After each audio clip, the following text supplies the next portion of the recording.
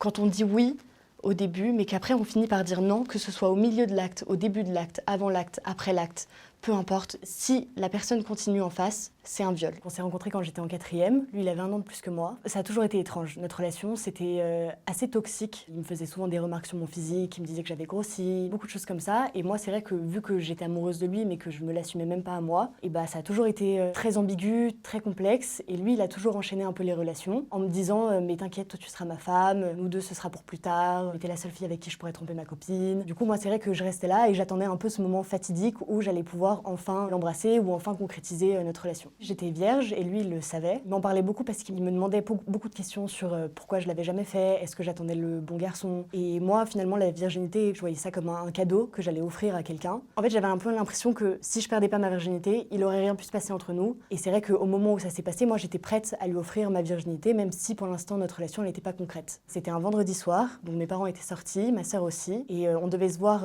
dehors dans un café, sauf qu'il s'est mis à pleuvoir. Et du coup je lui ai proposé de monter à la maison. On a commencé à discuter, puis on s'est embrassés. On a commencé à faire des préliminaires, on est allé dans ma chambre. Au début, tout se passait bien. C'était très beau, c'était comme ce dont j'espérais. Jusqu'au moment où je lui demande s'il a un préservatif. Et là, il me répond que non, il en a pas, mais qu'il va en chercher un. Et quand il retourne dans ma chambre, là, toute la tendresse était partie. C'était très brutal, il y avait plus de baisers, il y avait plus de caresses, il y avait plus rien. Et il rentre une première fois en moi. Et c'est là où je lui dis non, je veux plus. Et en fait, il continue. Et là, en fait, c'est comme si je m'étais endormie, comme si j'avais fait un malaise où j'étais sortie de moi-même. Et c'est pour ça que je ne sais même pas combien de temps ça a duré réellement. Et à un moment, je me souviens avoir poussé un cri, mais vraiment un cri de désespoir. Et je le vois encore me regarder droit dans les yeux ébahis comme ça, et continuer. Et c'est quand il a demandé de me retourner que j'ai trouvé un moyen pour le faire partir de chez moi en lui disant que ma sœur allait sûrement arriver. Et de là, il est sorti, du coup, il a fini et il m'a dit « Te suicide pas, je suis pas un connard, mais je savais pas que t'étais vierge. » Et il est parti de chez moi en me faisant la bise.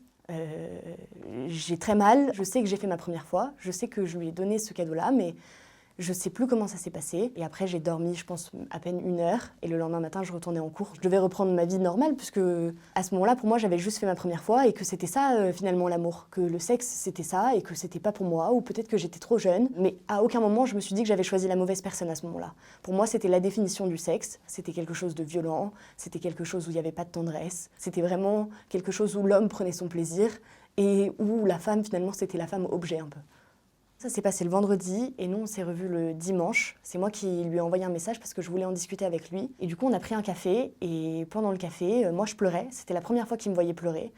Et il était complètement insensible et il m'a dit « Te plains pas, ma première fois c'était pire ».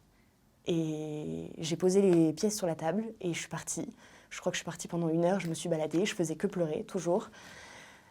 Et encore là, même en le voyant, aucun souvenir m'était réellement revenu. On s'est revus 3 ou 2 mois après. Et on s'est vu pendant 1 heure, 1 heure et demie, où on n'a pas vraiment reparlé de ce qui s'était passé. Où on en a reparlé, mais brièvement, et lui, il n'assumait pas du tout ce qui s'était passé. À un moment, ça a commencé à se savoir que je pensais avoir dit non.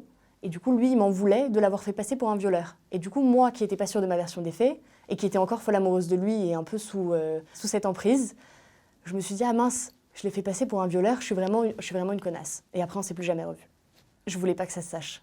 En tout cas, je voulais pas que ma famille sache. Je me sentais coupable parce qu'il était monté chez moi, parce que j'avais l'impression que je lui avais que j'avais tendu le bâton pour me faire battre. Et du coup, je me suis dit, bon bah, t'es grande maintenant, t'es une adulte, il faut que tu te construises seule avec ce qui s'est passé, et il faut que t'avances, et un jour peut-être que tu le raconteras quand tu récupéreras des souvenirs, mais pour l'instant, pour moi, c'était de ma faute, encore à ce moment-là. Je crois que ça a duré 2 mois avant que je consulte la psy, et pendant ces 2 mois, c'est comme si mon cerveau me faisait des appels d'urgence. Il me disait « Camille, fais attention, là, ça va pas ». Je me souviens que j'étais très peu à la maison, que j'essayais d'être le moins de temps possible dans ma chambre, donc là où ça s'était passé. Il y a des moments où j'allais dans ma chambre, mais quand j'allais dans ma chambre, je pleurais, j'étais triste, je dessinais, j'essayais de m'évader, j'écrivais des phrases d'amour, des phrases de désespoir. Et en fait, il y avait vraiment ce truc de quand je le croisais, que ce soit de loin ou de près, je me mettais à pleurer. Moi, j'avais vraiment cette impression que je pleurais parce que j'avais perdu ce garçon, mais en fait, non, je pleurais parce que dès que je le voyais, c'est mon cerveau qui me disait « mais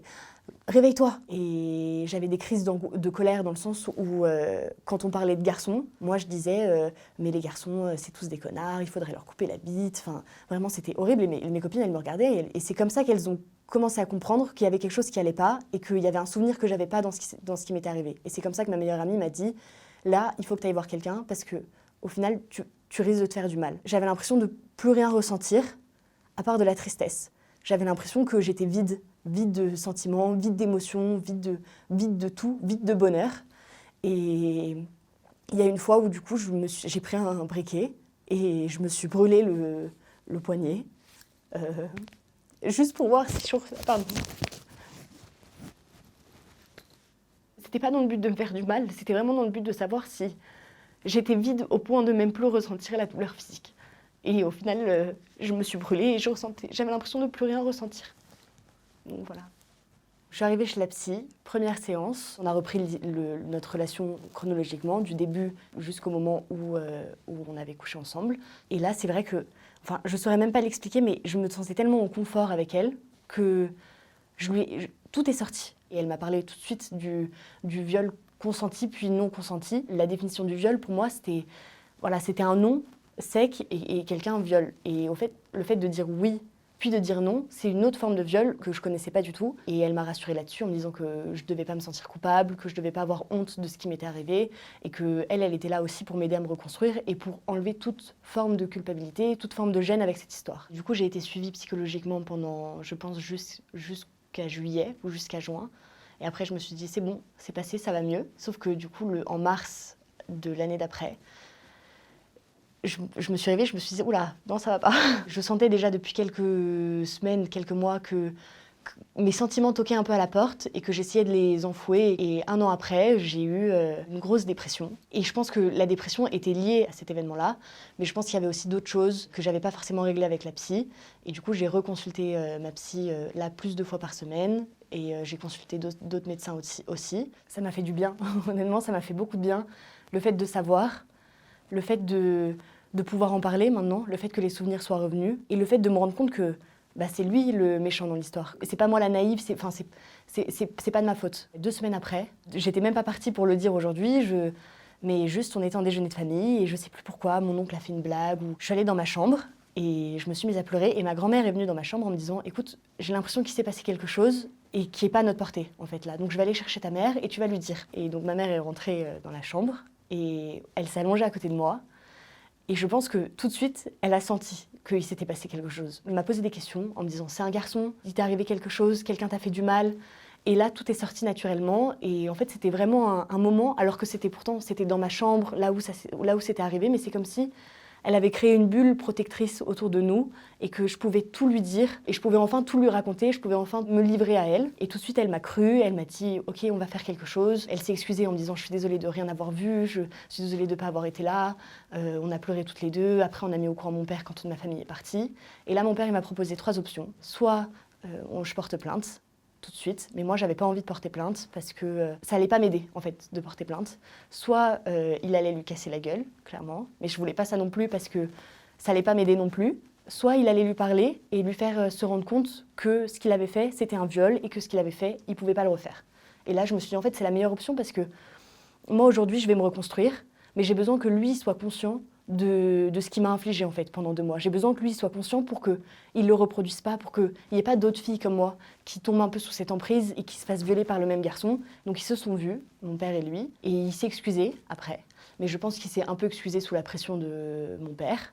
Je pense qu'il n'avait pas vraiment conscience de ce qu'il avait fait. Je pense qu'il y avait un peu de déni aussi parce que c'est sûr que se regarder dans le miroir et se dire « Ah là, j'ai violé quelqu'un », je pense que ça doit pas être facile. Et je pense qu'il s'en est rendu compte là, il y a quelques mois, parce que j'ai vu sur Instagram qu'il commençait à tenir des discours un peu féministes.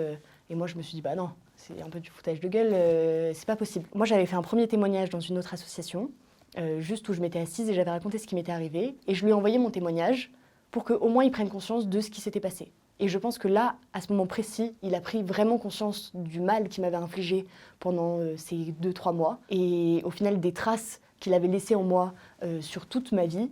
Et il s'est excusé à nouveau, il a proposé qu'on se voit, moi j'ai pas voulu le revoir. Et il s'est excusé et il m'a dit qu'il avait pris conscience. Et en fait, c'est là où la boucle était bouclée.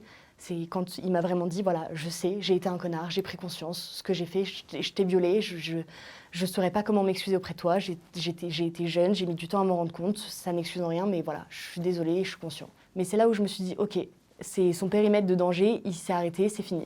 Et voilà, ça m'a fait beaucoup de bien aussi, je pense de le savoir. Ma vision du sexe a été très sombre. J'ai eu un copain après ce qui m'était arrivé, qui lui était au courant de mon histoire, mais dès qu'il me touchait, j'avais des brides de souvenirs, je pouvais pas. Je n'imaginais pas pouvoir coucher avec lui parce que nous, c'était beau et pour moi, le sexe, c'était violent. Donc pour moi, c'était pas prendre du plaisir. Donc j'ai pas recouché pendant 1 an, je crois. Jusqu'au moment où j'ai eu une autre relation avec qui ça s'est bien passé, avec qui j'étais en confiance, qui lui a été très tendre, très doux avec moi. Et c'est là où je me suis dit, ah oui, la démarche d'aller voir quelqu'un, je pense que ça a été la démarche la plus reconstructrice pour moi. Au final, elle a permis de mettre des mots sur ce qui m'était arrivé. Et la deuxième démarche la plus reconstructrice, ça a été d'en parler avec mes parents. Ils savaient, je savais, on en a parlé. Ils m'ont beaucoup aidé, on en a beaucoup discuté, on a pleuré ensemble, on a ri ensemble. Je pense que le fait de changer d'environnement aussi, le fait que j'ai déménagé à Lille, parce que du coup, je me suis retrouvée avec des gens que je connaissais pas, qui me voyaient pas comme une victime ou qui me voyaient pas comme quelqu'un à qui il était arrivé des choses douloureuses. Ça m'a permis de prendre confiance en moi et du coup ça m'a permis aussi de prendre confiance en moi sur ce qui m'était arrivé. Et aujourd'hui je suis très heureuse. Aujourd'hui je suis pardonnée avec cet événement-là. C'est un bagage. Voilà, je roule avec. Aujourd'hui, j'ai pu avoir d'autres relations, j'ai une vision de l'amour qui est maintenant beaucoup plus saine, qui est une vision du sexe qui est beaucoup plus saine. Pour toutes les personnes à qui ça arrive, qui sont seules, qui se sentent seules, qui ne savent pas à qui parler, qui pensent que ça ne va jamais s'arranger, j'aimerais juste leur dire de croire en elles et d'avancer et de se confier et que le meilleur moyen de s'en sortir, c'est d'en parler, c'est d'enlever toute culpabilité, qu'on n'est pas coupable de s'être fait violer, qu'on n'est pas coupable de s'être fait abuser sexuellement. Nous, on est des victimes, mais qu'on ne sera jamais des victimes parce qu'on est plus forte que ce mot-là, en fait. Et c'est pour ça, il faut aller de l'avant, il faut croire en nous et surtout, il faut en parler. Que ce soit un psy, un médecin, à sa mère, à sa copine. En tout cas, il faut avancer, il faut en parler. C'est le seul moyen.